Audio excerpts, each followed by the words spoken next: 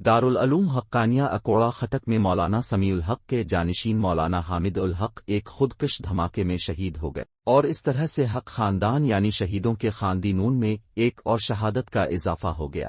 ہم سب کو سوچنا ہے کہ حامد الحق حامد کی شہادت کے پیچھے کون ہے اور کون سے عوامل کارفرما ہیں، اور حامد الحق حقانی کو شہید کر کے وہ قوتیں کون سے مقاصد حاصل کرنا چاہتی جو انہیں اب تک حاصل نہیں ہوئے۔ مولانا حامد الحق اس وقت شاید پورے پاکستان میں واحد شخصیت تھے جو افغانستان اور پاکستان کے درمیان بہت سے معاملات کو سلجھا سکتے تھے۔ وہ طالبان جو کبھی مدرسہ حقانیہ کے طلبہ بھی رہے اور اس مدرسے کے ذمہ دار ہمیشہ ان کے لیے ایک باپ کی حیثیت ہی رکھتے تھے، لہٰذا یہ اس کا کام ہے جو مدرسہ حقانیہ کی اس حیثیت کو تسلیم نہیں کرتا۔ اور یہ کون ہے جو اس حد تک غصے میں آ گیا اور انہوں نے مولانا حامد الحق کی جان ہی لے لی؟ مولانا حامد الحق میرے حج کے ساتھی بھی تھے۔ میں، مولانا حامد الحق، مولانا سمیع الحق اور ان کی دوسری زوجہ محترمہ حج کے سفروں میں اکٹھے رہے۔ مولانا حامد الحق ایک خوبصورت انسان تھے اور کم عمری میں ان کی طبیعت میں بے حد حلیمی تھی۔ وہ ہر ایک کو حضرت کہہ کر مخاطب کرتے اور اپنی بات کہتے۔ وہ اپنی سوچ فکر اور گفتگو میں بالکل تشدد پسند نہیں تھے،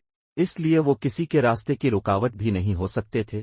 البتہ ایک بات مسلمہ تھی کہ وہ اگر درمیان میں پڑ جاتے تو طالبان اور پاکستانی اداروں کو کہیں نہ کہیں ایک دوسرے کے خلاف سیز فائر خاموشی اختیار کرنا پڑتی۔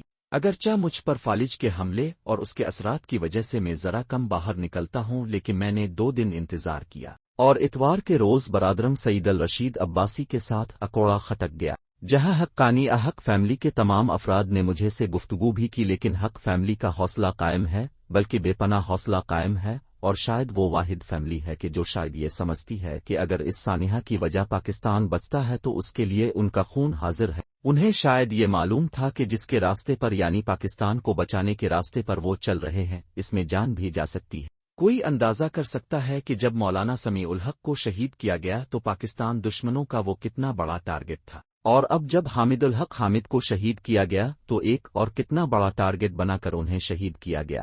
میں پاکستان کے تمام اداروں سے سوال کرتا ہوں کہ اب تو دارالعلوم حقانیہ کی چھتوں سمیت ہر طرف پولیس ہی پولیس ہے اور دوسری اہم ایجنسیاں بھی انہیں دیکھ رہی ہیں، لیکن کیا کسی نے سوچا کہ مولانا حامد الحق حامد کو اگر پاکستان کے لیے کام کرنا ہے تو ان کی جان کا تحفظ کرنا بھی ان کے لیے بے حد ضروری ہے۔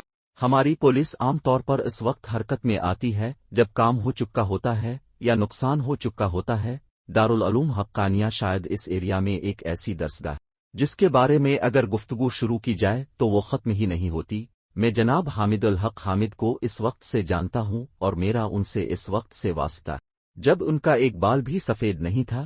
اس خاندان کے ساتھ ہمارے بڑے قریبی تعلقات ہیں، بلکہ میں نے 1-2 کالموں میں ذکر بھی کیا ہے کہ جب ہم پشاور جاتے تھے اور اکوڑا خٹک جاتے ہوئے آتے ہوئے رکتے تھے اور مولانا سمیع الحق کے گھر جاتے تھے تو میرے تینوں بچوں عمار، اویس اور مدیحہ کو اس وقت 10 روپے کے نوٹوں کی گٹھیاں مولانا سمیع الحق سے ملتی تھی۔ ایک بڑے سیلاب میں جب میں بحریہ کے فلاحی کاموں کو انجام دیتا تھا تو مولانا سمیع الحق اور قاضی حسین احمد دونوں نے درخواست کی کہ نوشہرہ میں خاص طور پر کھانے پینے کی اشیاء فراہم کی جائیں، جو بہرحال میں نے فراہم کی۔